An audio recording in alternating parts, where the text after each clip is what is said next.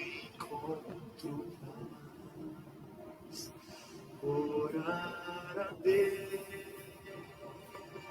faz minha alma, falar com Deus me satisfaz.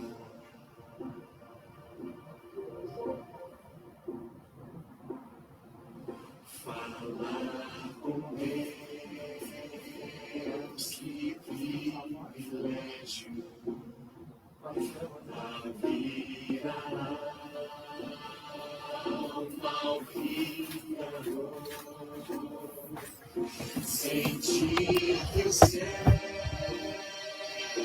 estão abertos e ouvir a voz do Salvador.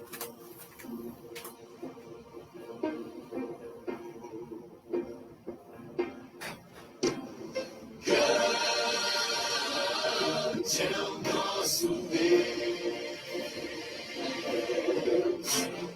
e as obras que Ele faz, o seu amor não tem limites,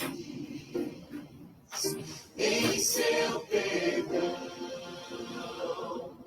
encontro paz.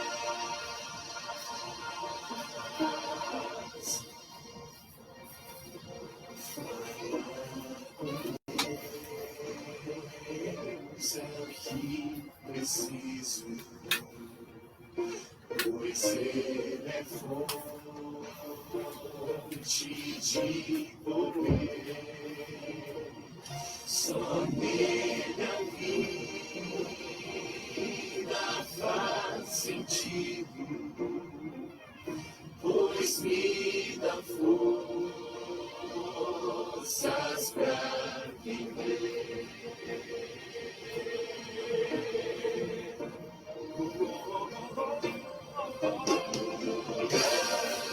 Grande é o nosso Deus e as obras que Ele faz, o seu amor não tem limites, em seu perdão encontro paz.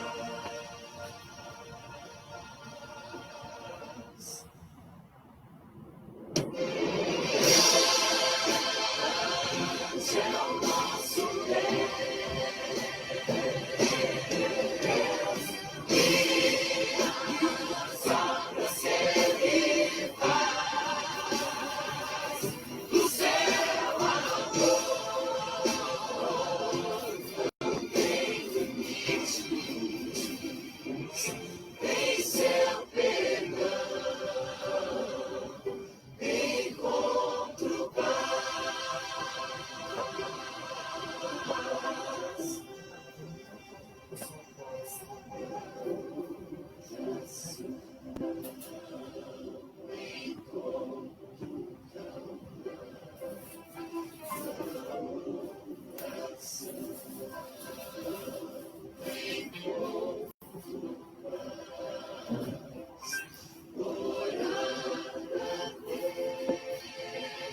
Deus faz bem falar com Deus, me satisfaz. Orar a Deus faz bem falar com Deus, me satisfaz.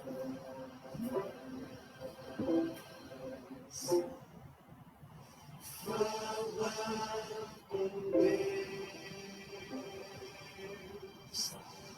me satisfaz.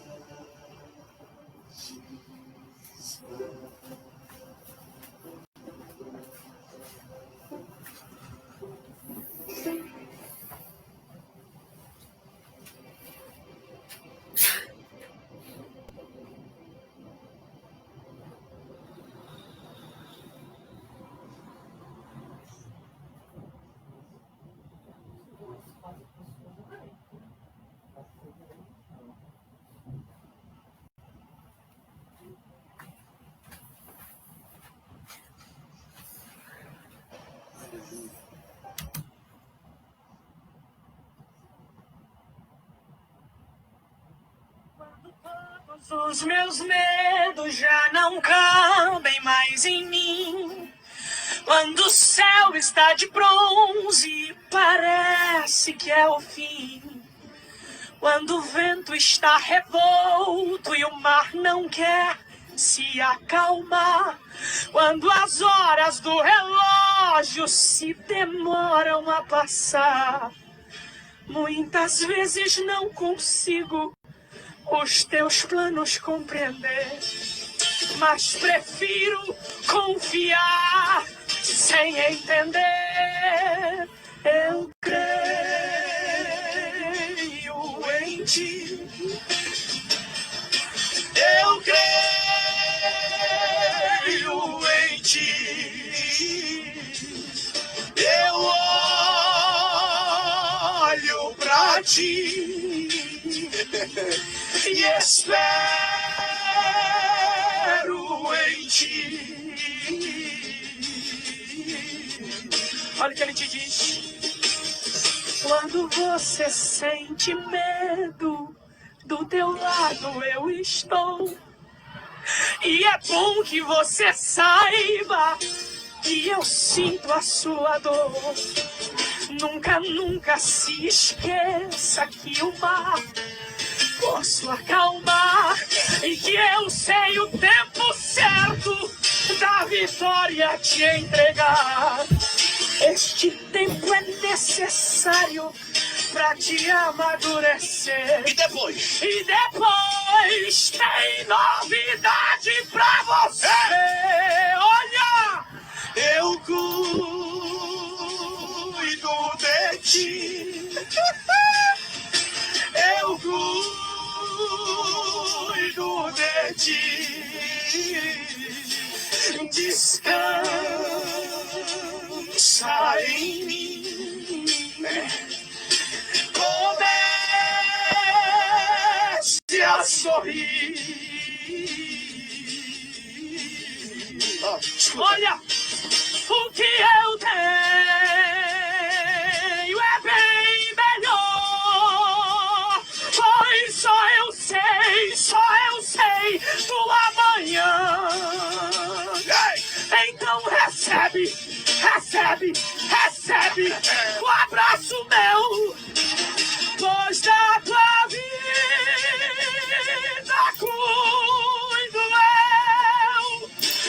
cuido eu cuido de ti. Ele tá dizendo que cuida de ti. Eu cuido de ti. Descansa, descansa, descansa em mim. Acalma o teu coração. Comece a sorrir. Você diz assim, Deus, eu já chorei. Pai do Senhor, meus irmãos, bom dia a todos. Que Deus abençoe cada um que está conectado nessa manhã de domingo. Frio, né? Mas estamos aqui para aprender mais uma porção da palavra de Deus, crescermos juntos na graça, no conhecimento e na sabedoria do nosso Deus. Hoje nós vamos dar continuidade ao nosso estudo de Ruth. Hoje nós chegamos ao último capítulo do livro de Ruth. E eu coloquei esse louvor, irmãos, porque vai fazer todo sentido com o capítulo de número 4, que nós vamos aprender aqui nessa manhã. E eu creio que Deus vai falar com cada um que está conectado e estudando nessa manhã de domingo. Então nós vamos orar nessa manhã, pedindo a graça, a sabedoria de Deus para nos ajudar neste ensinamento de hoje. Então vamos orar, irmãos. Senhor Deus e Pai, te louvamos por mais um domingo, mais uma manhã, Senhor, mais uma aula da Escola Bíblica Dominical. Deus querido, Deus santo e bendito, quero te pedir que o Senhor abençoe cada um que está conectado esta manhã, Pai, que se dispôs a reservar um tempo da sua vida para estar conectado contigo, ó Deus, e aprender mais a tua palavra, Senhor. Que teu Espírito Santo possa entrar em cada vida neste momento, Senhor, tocando, Pai, abençoando, Senhor, trazendo o conforto de ti, ó Pai. Que o Senhor, ó Deus, possa nos ajudar a crescer na graça e no conhecimento da tua palavra, Senhor.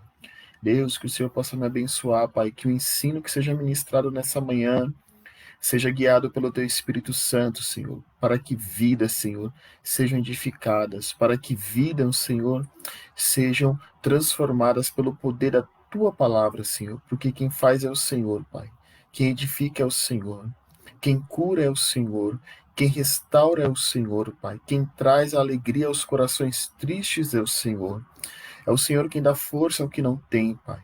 É o Senhor o que fortalece, Senhor. Então, nesta manhã, ó Pai, eu lhe peço, Deus, visita os meus irmãos que estão ouvindo nessa manhã, ó Pai, e que a tua bênção, a tua graça e o teu poder, Pai, seja manifesto na vida de cada um e das suas famílias, Pai.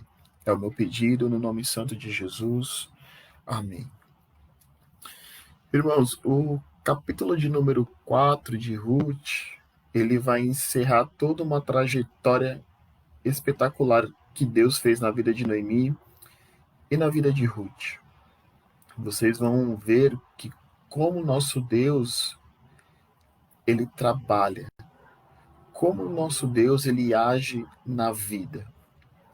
O livro de Ruth, ele traz uma reflexão para nós muito grande, que mesmo diante das tribulações, mesmo diante dos problemas que enfrentamos ou vamos enfrentar, nós não vemos o futuro, porque nós somos limitados. Mas o futuro sempre vai reservar para nós um momento de vitória, um momento de bênção, um momento onde Deus tem reservado algo diferente para nós. Com Ruth e com Noemi não foi diferente. Os irmãos bem lembram que no capítulo de número 1, quando Ruth sai da sua casa com seu marido, com seus filhos, para ir para uma terra estrangeira, os irmãos bem lembram que eles vão ricos, cheios de prosperidade, só que estava tendo fome na terra de Belém. E eles atravessam para chegar até a outra cidade dos Moabitas. E os irmãos bem lembram do estudo do capítulo 1, que quando chega lá, nessa terra de Moab, na terra de Moab, Noemi acaba perdendo o seu marido primeiro, depois ela perde o seu filho, o Malom e o Quilom, ficando somente com as suas noras, Ruth e Orfa. Então, Noemi se vê num desespero total. Pede para elas voltarem para suas casas, para suas famílias.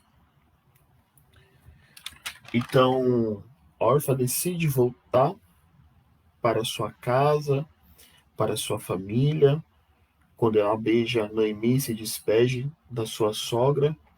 Mas Ruth, o coração dela se apegou com o de Noemi. Então Ruth decide continuar com Noemi.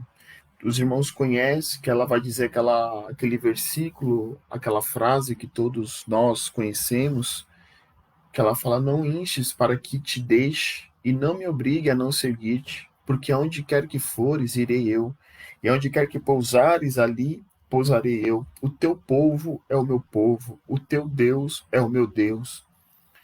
Aonde quer que morreres, morrerei eu, e aí serei sepultada. Faça-me o Senhor o bem que lhe aprouver. Olha que interessante. Se outra coisa não seja a morte me separar de ti. Você vê que Ruth aqui já lança uma palavra profética, irmãos. O teu Deus é o meu Deus. Faça-me o Senhor o que bem lhe aprouver. Noemi, Ruth estava colocando a sua confiança também em Deus neste momento. E no final do capítulo 1 nós vemos que Noemi acaba dizendo que ela está amargurada, que tudo o que está acontecendo com ela é a mão de Deus, o Todo-Poderoso. não contemplando o que de fato estava acontecendo, porque ela estava cega pela dor, pela mágoa, pelo luto. Então ela transfere tudo isso para Deus. No capítulo de número 2, nós estudamos que Ruth ela vai ao campo rebuscar as espigas. Ela não fica acomodada diante do luto, diante da dor e diante da pobreza que está enfrentando. Ela não fica murmurando, mas ela levanta, sacode a poeira e vai trabalhar. Mas quando ela sai para ir trabalhar, mais uma vez ela lança uma palavra profética: deixa-me ir ao campo e apanharei espigas atrás daquele que me favorecer. Ou seja, aquele que eu achar graça. E Ruth vai trabalhar. Então, quando Ruth vai trabalhar no campo, ela para no campo de Boaz pela providência de Deus, pela direção de Deus e pelo controle de Deus. Porque nada foge do controle de Deus. Nada. A situação pode estar difícil, pode estar controversa. Podemos não entender, podemos achar que Deus não está no controle, mas nós vamos e estamos aprendendo com o livro de Ruth que tudo está no controle de Deus. Estava totalmente uma situação desfavorável para Ruth e Noemi, mas Deus estava no controle da situação. Então, Deus conduz Ruth até o campo de Boaz, aonde Boaz acha graça aos olhos de Ruth. Devido a tudo aquilo que ela passou com Ruth e o que ela disse para Ruth, que ia estar com ela e que ia morrer aonde ela, ali na terra que ela morresse, ela também iria morrer e ia ser sepultada. E que o Deus de Ruth é o Deus dela. Boaz, então, escuta essa história por um dos seus empregados. Então, Boaz pede para favorecer Ruth, dando privilégios na colheita. Então, Ruth passa a colher ali, passa a beber a água que os escravos ali não poderiam beber, os servos. No caso, como ela estava indo pegar, não era funcionário dele. E ainda acaba almoçando com eles. E quando acaba tudo isso, Ruth guarda um pouco, leva para Noemi, fora o que pegou durante o dia inteiro de trabalho. No capítulo de número 3, nós vimos que Ruth segue aquilo que Noemi lhe dá conselho, dizendo para ela ir até o campo novamente, rebuscar. E quando chega no campo, ela vai direto ao encontro de Boaz à noite também, para ali ficar com ele e conversar com Boaz sobre a questão do resgatador. Então, os irmãos podem notar que quando ela faz isso, ela está confiando na sabedoria e no entendimento de Noemi, que aquilo era o melhor para ela. Então ela faz tudo. Boaz, então, dá a palavra para ela, que vai resolver a questão do resgatador, que ele não ia descansar enquanto não resolvesse este caso. Porque ele, em outras palavras, Boaz estava apaixonado por Ruth, devido a tantas qualidades que ele viu em Ruth. Ele elogia ela no capítulo 3, no capítulo 2. Então ele está apaixonado por Ruth. Então esse foi um breve resuminho do 1 ao 3. Hoje a aula, acredito eu, que vai ser um pouco mais rápida, mas o capítulo de número 4, nós vamos aprender agora aqui a providência de Deus. Como Deus ele muda o quadro da nossa vida. Como Deus ele faz a obra por completo. Como diz a Bíblia, aquele que começou a boa obra aperfeiçoará até o dia de Cristo Jesus. Então, irmãos, pega a sua Bíblia aí, vamos ler o capítulo de número 4, passar por versículo, fazer um estudo bem detalhado da palavra de Deus, mas dentro do limite, para não atrapalhar os irmãos no almoço, as irmãs. Então vamos ao capítulo 4, versículo de número 1, que diz assim: E Boaz subiu à porta e assentou-se ali. E eis que o remidor de que Boaz tinha falado ia passando, e disse-lhe: Ô fulano, vem cá, assenta-te aqui. E desviou-se para ali e assentou-se. O capítulo de número 4 ele é a continuidade do final do 3, porque, como eu mencionei, Boaz agora ele vai tentar cumprir a lei do resgatador, e assim fazer o levirato, como diz Levítico capítulo 25. Então, irmãos, o primeiro passo que Boaz dá é ir até a porta da cidade. Por que a porta da cidade? A porta da cidade não era apenas como nós imaginamos nos nossos dias, um lugar de passagem, um lugar de entrada e de saída.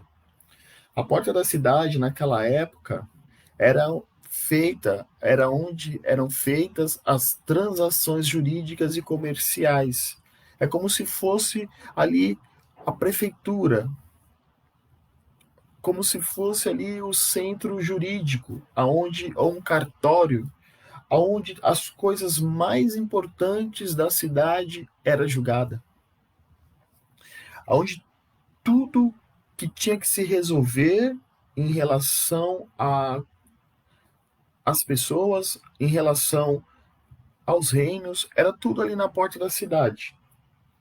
Então você pode abrir a sua Bíblia no segundo livro de Samuel, capítulo de número 15, versículo de número 2, e nós vamos entender um pouquinho melhor. Livro do 2 Samuel, capítulo 15, versículo 2, vai dizer assim: Levantando-se Absalão pela manhã, parava à entrada da porta, e a todo homem que tinha alguma demanda para vir ao rei a juízo, o chamava Absalão e assim lhe dizia: De que cidade és tu? E ele respondia: De tal tribo de Israel, teu servo. Então você vê que os reis paravam à porta da entrada para julgar as causas também das pessoas, dos moradores, como eu mencionei. Então a porta da cidade era algo importante. Lembram de Ló também, a porta da cidade. Então, você percorrer a Bíblia, você vai ver que eles sempre estão mencionando estar ali à porta da cidade. Mardoqueu, onde que ele estava? À porta da cidade. Porque muitos pensam que fala que Mardoqueu já foi um diácono da vida, né? Mas Mardoqueu, ele estava num lugar importante, irmãos. Ele estava ali aonde ocorria tudo, no centro jurídico, podemos mencionar assim, onde o centro comercial, ali no cartório, ali na porta da cidade acontecia tudo, girava tudo. Então Mardoqueu está ali num lugar importante. Então Boaz, ele vê o remidor passando. E ele diz: Ô fulano, vem cá. Em outras palavras: Ô fulano, vem aqui que eu preciso conversar com você. Por que Boaz, o narrador, coloca ele como fulano? Porque, irmãos, alguns historiadores vai dizer que eles não queriam imortalizar uma pessoa egoísta, que se nega a perpetuar o nome da família de Elimeleque, o seu parente.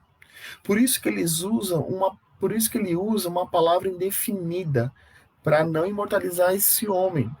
Você vai entender por que egoísta, porque os versículos lá na frente nós vamos entender como que ele agiu dessa maneira.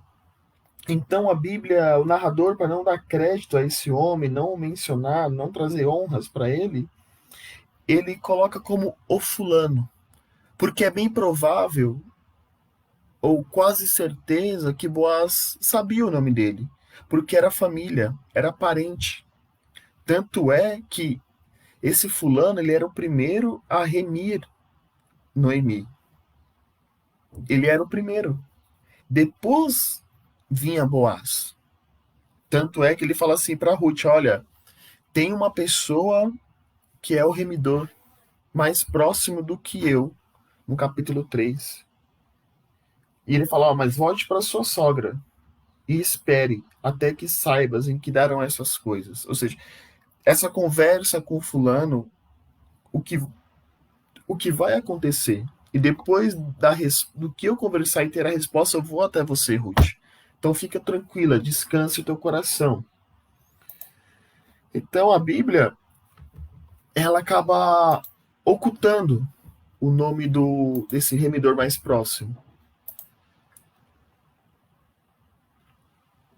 No versículo de número 2, vai dizer assim, então tomou 10 homens, no caso Boaz tomou 10 homens dos anciões da cidade e disse, assentai-vos aqui, e assentaram-se. Então Boaz, ele está ali no centro, na porta, para assim resolver essa questão do remidor. E naquela época, irmãos, nós sabíamos que tudo era feito através de testemunhas. Lá no livro de Êxodo, que ele fala que tinha 2 ou 3 testemunhas. Só que aqui no versículo de número 2, Boaz, ele pega 10 homens dos anciões da cidade, ou seja, homens de respeito, homens importantes no meio do convívio social deles. E diz assim, olha, senta-te aqui comigo, assenta aqui, para que eles pudessem ouvir o que ia ser conversado entre Boaz e o fulano. E esse número 10, irmãos, mais tarde o judaísmo passou a considerar isso para ter um quórum necessário para que fosse constituída uma sinagoga, esse número de 10 homens. E também eram necessários 10 homens entre os judeus para que pudessem conceder a bênção matrimonial. Então Boaz chama esses 10 homens para oficializar o contrato que ali está prestes a ser feito.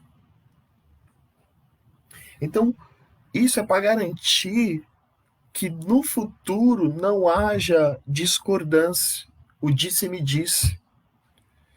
Fala assim, olha, você falou isso e eu falei isso, mas não tivemos testemunhas. Mas aqui estão 10 testemunhas, para que esse contrato não haja brecha, falhas. Então Boaz chama esses 10 homens. Então Boaz agora vai dizer ao fulano, ao remidor, aquela parte da terra que foi de Elimeleque, nosso irmão, ou seja, mais uma vez aqui o texto mostra que Boaz sabia o nome do fulano, o nome do remidor. Que ele fala, Elimeleque, nosso irmão.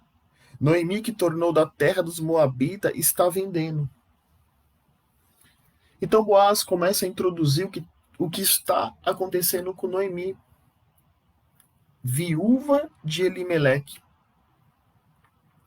Ele está falando assim, olha, ela está vendendo a propriedade que era de Elimeleque. Ele está falando isso para o remidor porque era de interesse da comunidade que a família de Elimeleque fosse preservada da extinção. Devido a todos os problemas que elas atravessaram. Boaz comunica isso dizendo que para ele resgatar a terra e não deixar que o nome de Elimeleque e da sua família fosse apagado. Era isso que Boaz estava começando a conversa. Dizendo assim, olha, ela está vendendo. Em outras palavras, ainda não vendeu. Há uma chance de você ainda pegar a terra como remidor. Boaz aqui está sendo justo, porque ele é o primeiro remidor. Boaz está dizendo que ele pode resgatar e tem a chance de fazer isso. Ele vai dizer, por isso eu resolvi informar-te disso e dizer-te, compra diante dos habitantes e diante dos anciões, mais uma vez, para oficializar diante das testemunhas e não ter nenhum tipo de problema futuro do meu povo. Se hás de redimir, redime-a. E se não houveres de redimir, declara-me, para que eu saiba.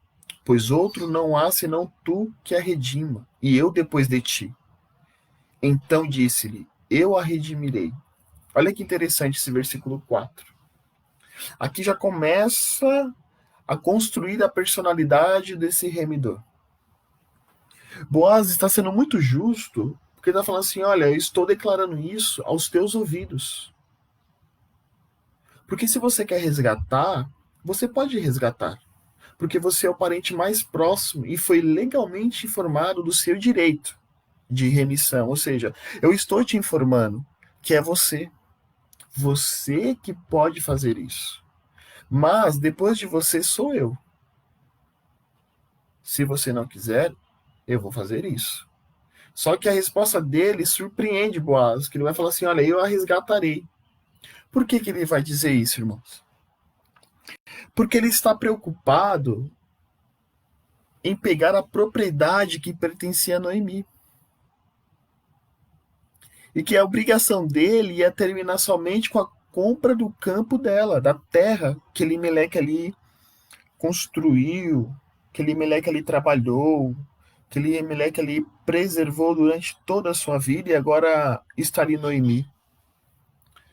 Então ele viu uma oportunidade de aumentar os seus bens, as suas posses. Ele não estava preocupado com outra coisa senão com o bem material. Olha que interessante isso. Então, Boaz, muito sabiamente, ele começa a falar do campo. Porque isso despertou o interesse dele. Mas aí no versículo 5, ele diz para o remidor, olha, no dia em que comprares a terra da mão de Noemi, também a comprarás da mão de Ruth, a moabita, mulher do falecido, para suscitar o nome do falecido sobre a sua herança. Agora Boaz, ele coloca, vamos dizer assim, tudo o que está acontecendo.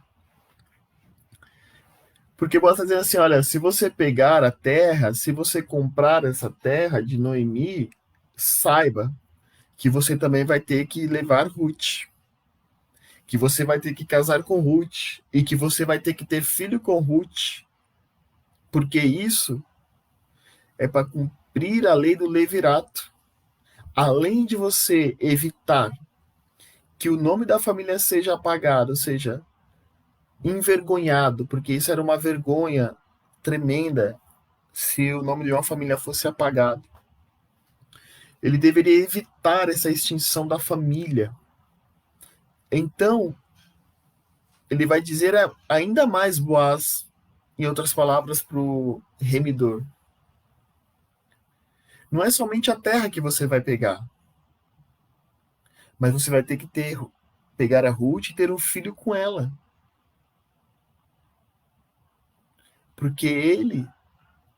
Porque ela era esposa do falecido Malom, o seu marido. Aí, irmãos, o remidor pensa. Aí o remidor começa a pensar sobre isso. Por quê? Porque não era a intenção dele ficar com Ruth. Não era a intenção dele ter filho. Não era a intenção dele continuar o nome da família. Não era. Então, quando Boaz introduz toda a realidade para ele, o remidor vai dizer para Boaz, para mim, não poderei redimir, para que não prejudique a minha herança. Toma para ti o meu direito de remissão, porque eu não a poderei redimir. O remidor rapidamente ele abre mão da herança. Porque ele acreditava que isso ia trazer um prejuízo financeiro muito grande para ele. Por quê? porque ele ia trazer mais uma mulher para sua casa e futuramente teria que ter um filho com Ruth. Ele não está preocupado em levar o nome da família, mas ele está preocupado consigo mesmo.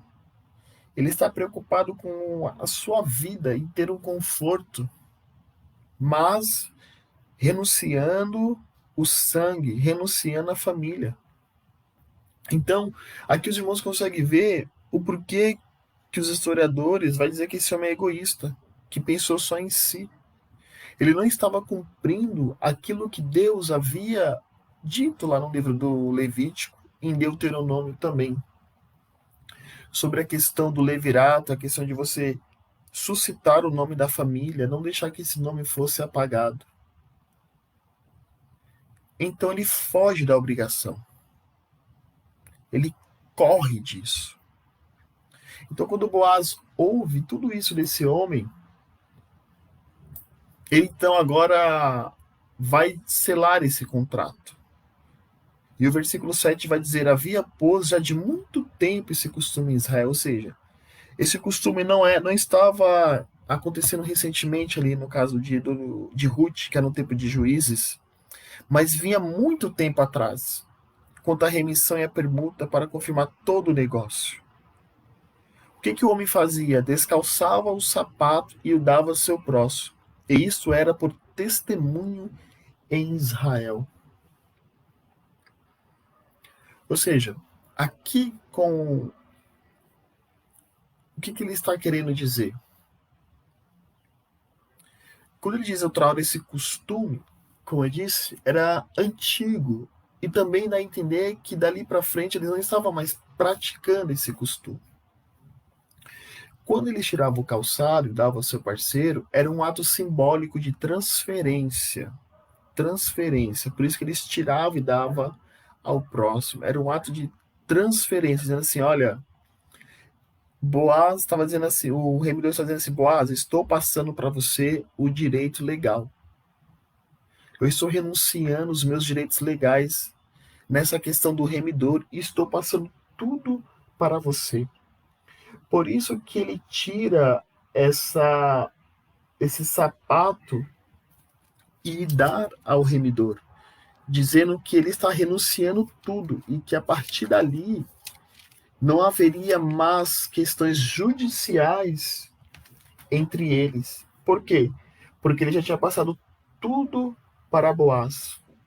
E isso vai se confirmar, irmãos. Abra sua Bíblia aí comigo, no livro de Deuteronômio, capítulo de número 25, versículo de número 9. Vai dizer assim a palavra do nosso Deus. Então sua cunhada se chegará a ele na presença dos anciões. Notem que Boaz chamou 10 anciões.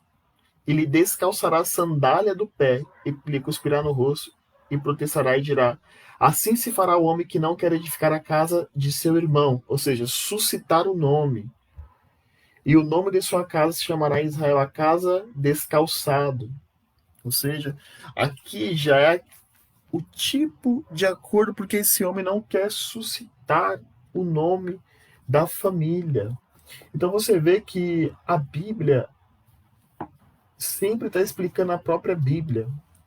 Então, o remidor renuncia a todos os seus direitos, assim cumprindo toda a lei que estava no livro de Deuteronômio. Então, Boaz agora tem a oportunidade de fazer o seu papel de remidor.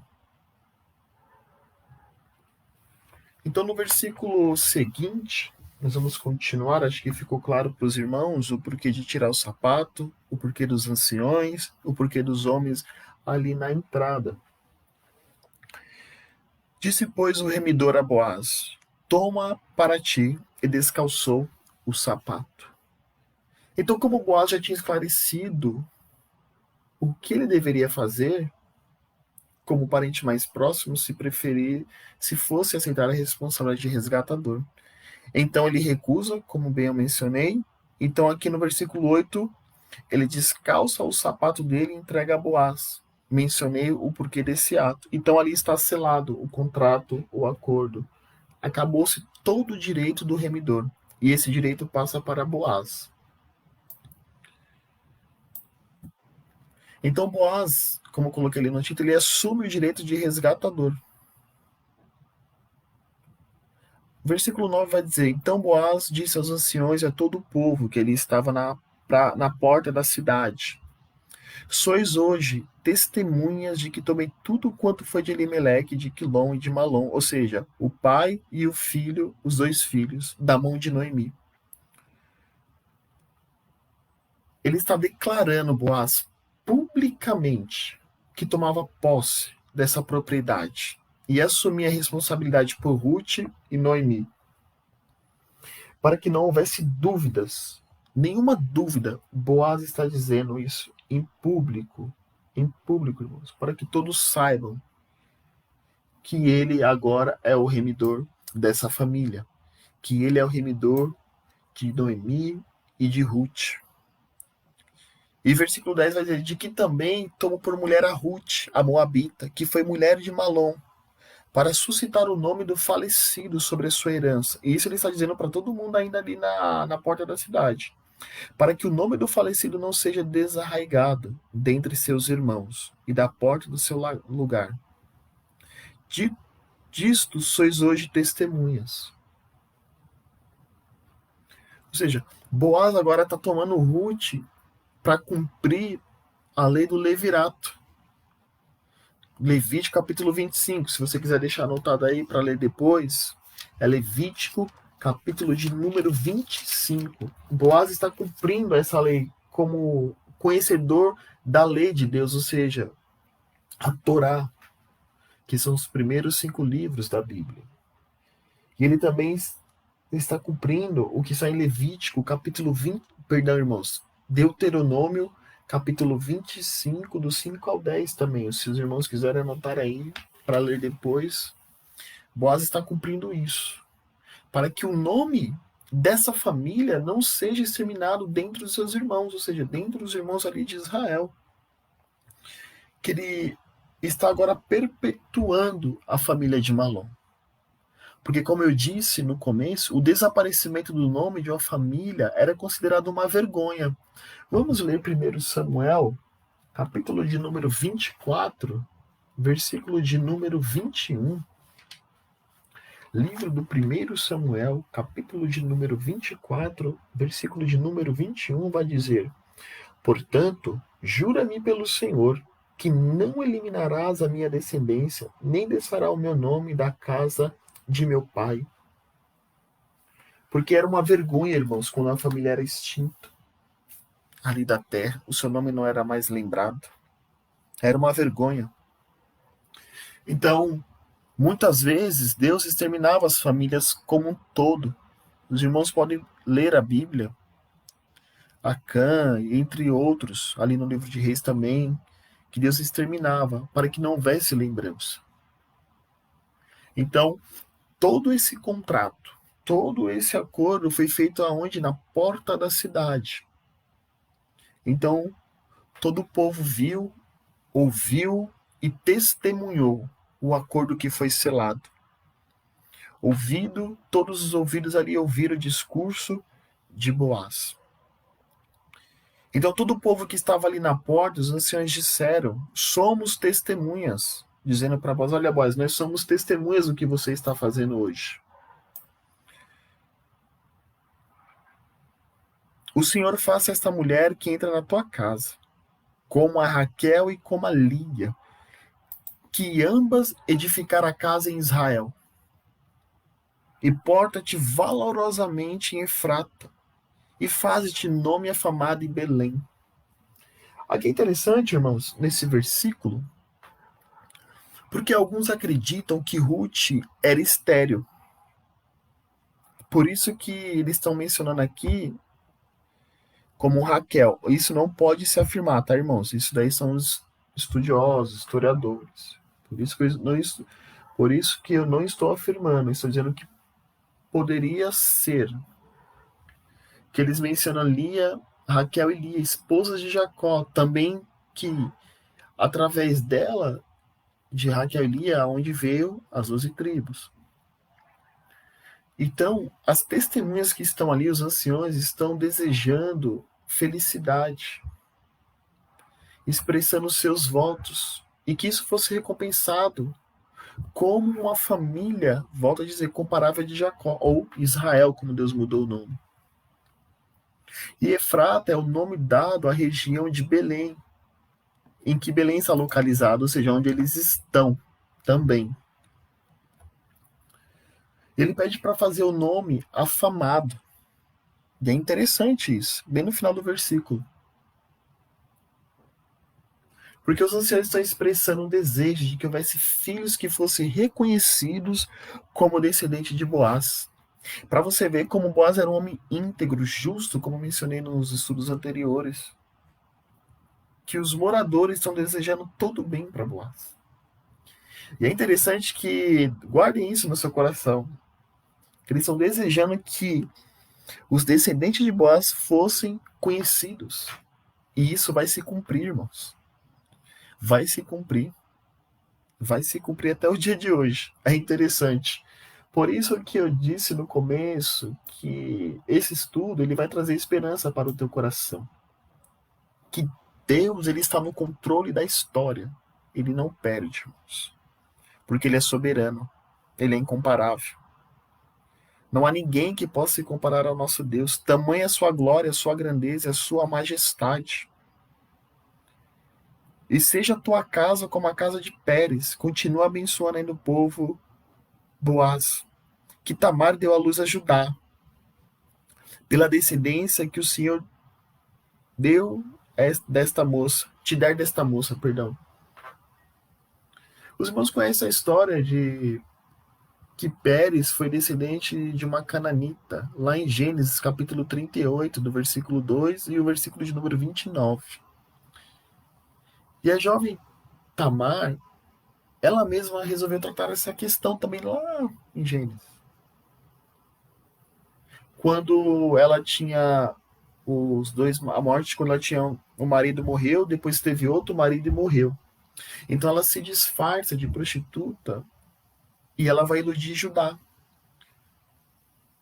Estava forçando a manter um relacionamento pecaminoso com ela, o qual produziu gêmeos, Pérez e Zerá.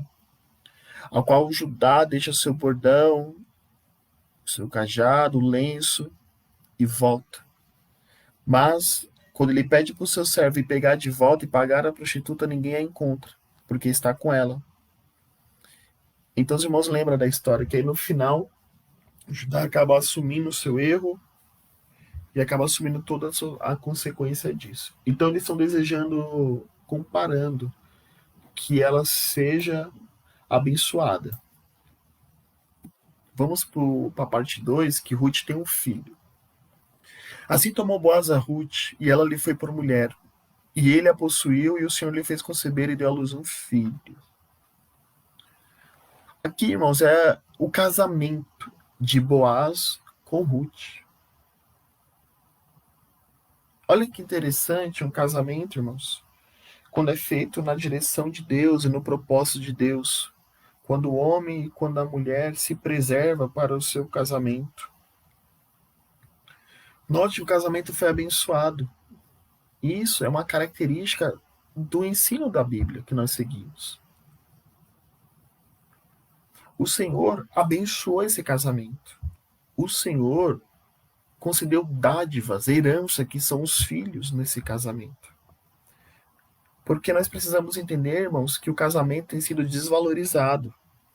O casamento nos nossos dias tem sido, como eu mencionei, não muito valorizado. Qualquer coisa quer se separar, qualquer discussãozinha. O casamento não tem as suas partes também espinhosas que precisam ser tratadas. Mas as pessoas estão levando o casamento de qualquer maneira. E antes do casamento também estão se relacionando, estão vivendo conforme Deus não se agrada. Então Ruth e Boaz traz um ensinamento muito grande para nós. Que se nós fizermos a vontade de Deus, se nós nos preservarmos durante o nosso namoro, noivado, o Senhor vai abençoar. O Senhor vai abrir as portas. O Senhor vai conceder as bênçãos sobre as nossas vidas. Então, você que está namorando, você que está noivado, se preserve, honre ao Senhor, honre ao seu namorado, honre a sua namorada. E quem está casado, honre a sua esposa, honre o seu marido, cuide da sua casa, cuide da sua família, preserve, porque isso é o bem maior que Deus lhe deu, a sua família, o seu lar, a sua casa, os seus filhos. Então, cuide deles, zele por eles. Então as mulheres disseram a Noemi: bendito seja o Senhor, que não deixou hoje de te dar remidor, e seja o seu nome afamado em Israel. Agora as mulheres estão louvando a Deus, como louvaram lá no capítulo, falei a memória, capítulo 3, que foi Boaz, perdão, que no capítulo 2, no versículo 12, que Boaz louva a Deus pela atitude de Ruth. Agora as mulheres estão louvando ao Senhor, ou compartilharem do prazer de Noemi nessa redenção que está acontecendo. E ore novamente para que o menino, o nome dele, seja famoso em todo Israel. E é interessante aqui, irmão, que esse resgatador da nossa vida é Cristo Jesus. Porque nós estávamos debaixo da ira de Deus, como vai dizer Romanos. Nós estávamos no lamaçal do pecado, condenado ao inferno, condenado à morte eterna, ao tormento. Mas Cristo Jesus, o nosso Senhor e Salvador, ele se esvaziou de si mesmo, deixou toda a sua glória, humilhou-se até a morte de cruz, para nos buscar e nos salvar, para restaurar a nossa condição e dar um futuro melhor para nós, uma oportunidade. O nosso maior resgatador nesta manhã é Cristo Jesus. Não há outro. Não há outro sobre a terra. Não há outro caminho, não há outra verdade, não há outra vida senão Cristo Jesus, nosso Senhor e Salvador. Então, com a história de Ruth, até aqui, esse versículo, nós podemos entender que isso acontece com a igreja do Senhor. Nós estávamos perdidos, cegos, abandonados, vivendo a nosso bel prazer. Mas Cristo Jesus veio nos redimir, pagou o preço na cruz do Calvário, dizendo: Pai, eu vou redimir essa humanidade, porque eles são filhos. Eles precisam de uma oportunidade. E Deus, então, concede graças sobre nós, enviando Cristo Jesus. Por isso que quando o pastor pregou domingo, eu disse que é somente a graça, lá no livro de Isaías. É a graça de Cristo Jesus que nos alcança, irmãos. Por isso podemos louvar e dizer obrigado, Jesus, porque o Senhor nos redimiu e nos resgatou. Então, essa manhã é manhã de nós louvarmos e adorar a esse Deus por esse motivo, por essa oportunidade de Ele nos escolher a fazer parte da família do Reino dos Céus, a noiva do Cordeiro de Jesus, onde nós vamos sentar, irmãos, e cear com Ele naquele grande dia e dizer: Santo, Santo, Santo é o Cordeiro de Deus. Aleluia, louvado seja o nome do nosso Deus. Então, elas mais uma vez pedem para que o nome desse menino seja afamado. E ele vai ser, irmãos. Ele vai ser muito conhecido. E elas continuam dizendo: Ele te será por restaurador da alma e nutrirá a tua velhice. Pois a tua nora que te ama o deu à luz. E ela te é melhor do que 7 filhos. É interessante aqui esse versículo. Tem muita informação para nós. Ele vai dizer assim, ó, ele é restaurador da tua vida, ou da alma. Porque estando os filhos de Noemi mortos, ela não tinha mais esperança de continuar a sua linhagem familiar. Mas o casamento de Ruth e o filho que Ruth teve com Boaz trouxe esperança no coração de Noemi e dos moradores, para que ele constituísse uma nova família em Israel. Isso alegrou o coração de Ruth, o coração de Noemi. E elas continuam dizendo assim: olha, pois tua nora que te ama deu à luz, e ela te é melhor do que 7 filhos. 7 filhos, irmãos, era uma indicação de bênção de uma família perfeita em Israel. Abra sua Bíblia no livro do 1 Samuel, capítulo número 1. É 2 folhinhas à frente, ou uma, se sua Bíblia não for de estudo, versículo de número 8. Quando Eucana, marido de Ana, vai dizer para ela assim: olha, Ana, por que choras? E por que não comes? Por que está de coração triste? Não te sou eu melhor do que 10 filhos? Aí aqui no capítulo 2, versículo 5, vai dizer: os que antes eram fartos hoje se alugam por pão, Ana louvando a Deus. Mas os que andam famintos não sofrem mais fome. Até Estéril teve 7 filhos. E aqui tinha muitos filhos, perde o vigor. Jó, capítulo 1, versículo de número 2, nós vamos ver também essa questão dos filhos. Você viu que Ana louvou a Deus pelos 7 filhos, falando de 7 filhos, perdão. E lá no livro de Jó, capítulo de número 1, versículo 2, nós vamos ler assim: nasceram-se 7 filhos e 3 filhas. Mais uma vez o número 7 de filhos e 3 filhas, que vai ser o número 10 lá de Ana também. Ou seja, isso era o número de uma família perfeita. Então, Noemi, com tudo isso, ela encontrou consolação em Ruth pela perda dos seus filhos, lá na terra de Moab. Então, Noemi agora vê o que Deus está fazendo, a obra que Deus está agindo na vida delas. E Noemi tomou o filho e o pôs no seu colo e foi sua ama. Isso que Noemi fez aqui no versículo 16 é interpretado como uma cerimônia de adoção. Mas não conseguimos concluir com exatidão. Mas, seja como for, a viúva, Noemi, que estava triste, pensando em ter voltado pobre, lá no livro de Ruth, capítulo 21, que ela fala que ditosa eu parti e o Senhor me fez voltar pobre, agora ela recebe fartura além das suas expectativas. Oh, glória! Agora ela está recebendo muito mais, irmãos, daquilo que ela pensou. Agora aqui o Senhor está alegrando o coração de de Noemi. Porque Deus, ele faz isso, irmãos. Deus, ele nos surpreende no meio da dor, do choro.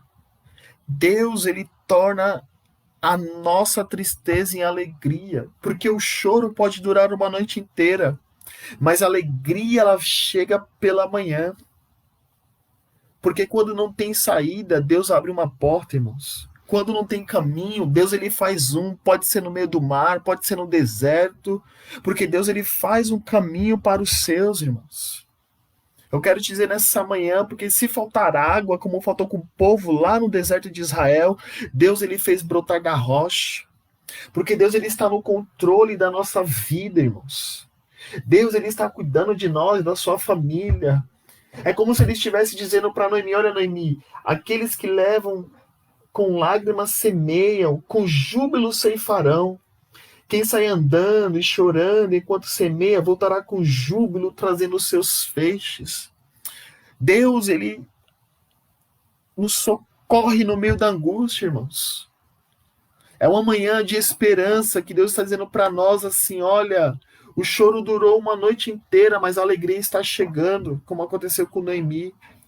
Porque Noemi achou que estava tudo perdido, mas no versículo 16 aqui, irmãos, ela pegou a sua bênção, cuidou dele, foi a sua ama. Porque Deus, ele restaura a nossa vida.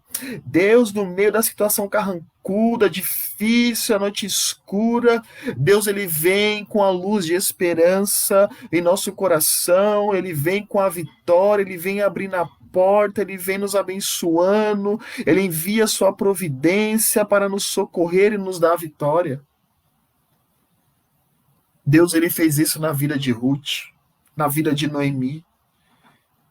Talvez até aqui você está numa situação difícil, desempregado, não tendo esperança, a tristeza invadiu seu coração, a angústia tomou conta do seu ser e você se sente abandonado por Deus. Mas essa manhã, na Escola Bíblica Dominical Videira Viva, de Vila Cispa, Deus está dizendo para você que Ele não se esqueceu de ti, Ele lembra do teu nome, Ele lembra do teu endereço, Ele sabe da tua casa, Ele sabe do número do seu CPF, Ele está dizendo que cuida de você, que Ele vela pela tua vida, pela tua família, pela tua casa, e que você precisa descansar, porque o choro pode durar até hoje, mas o Senhor está entrando com a providência na tua vida. E Ele fez isso na vida de Ruth, na vida de Noemi, na vida de Ruth, e vai fazer na minha e na tua vida. Então você nessa manhã se alegra no teu Deus, exalte ao teu Deus, coloque um louvor e adore ao teu Deus quando acabar esse EBD, seja fazendo comida, arrumando a casa, mas engrandeça a Deus, porque a vitória está chegando. A bênção de Deus está chegando na tua casa e na tua família. E o versículo 17, as vizinhas deram o nome de Zena, a Noemi nasceu um filho, e deram o nome de Obed. Este é o pai de Jessé e pai de Davi. Por isso que eu disse que o nome dessa família ficou famosa.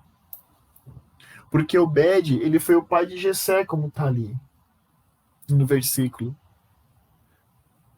E que foi pai de Davi. E o nome Obed, irmãos, olha que interessante, ele significa adorador, servo ou escravo. E esses nomes costumavam ser combinados com os nomes de Deus em Israel, ou até mesmo com o nome de Deus pagão, como Obadias, Obed-edom, Abednego e Adula. Você vê que o versículo 17 mostra como Deus cumpriu o que o povo disse, tornar o nome afamado dessa família. Então chegamos no final do capítulo 4, do versículo 18 ao 22, que vai falar sobre a genealogia deles. Essas são, pois, as gerações de Pérez. Pérez gerou Esrom. Pérez foi um filho de Judá, como mencionei, fundador da sua família, da família. O versículo 19, e Esrom gerou Rão, e Rão gerou Aminadab. Aminadab gerou a Nazon, e Nazon gerou a Salmon. E Salmon gerou a Boaz, e Boaz gerou a Obed, e Obed gerou a Jessé, e Jessé gerou a Davi. Então aqui você vai ver toda a linhagem sendo construída. E no final, irmãos, essa linhagem vai chegar até Cristo Jesus. Olha como foi famosa. A linhagem de Ruth vai até Cristo Jesus, nosso Senhor e Salvador.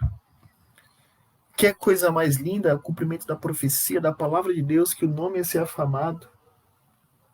Então, irmãos, para nós encerrarmos aqui dentro do horário, para não tomar o tempo dos irmãos, nós podemos entender no livro de Ruth,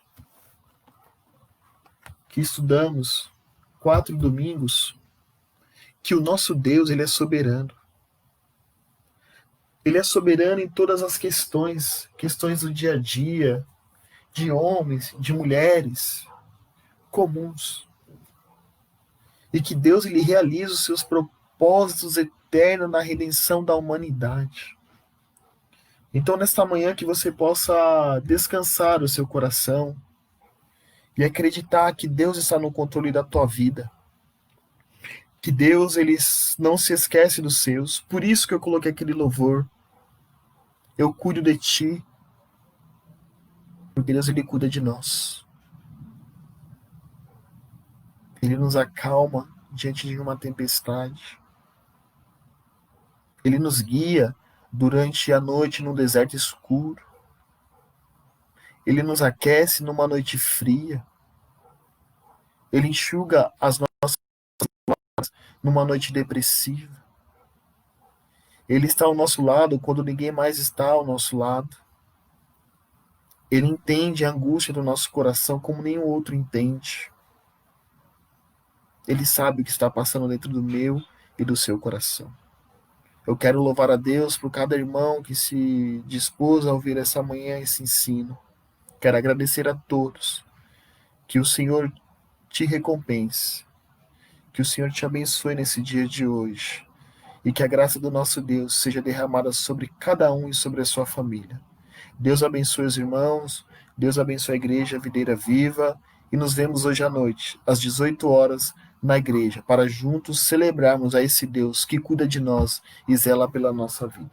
Deus abençoe os irmãos, em nome de Jesus, e tenha um bom domingo.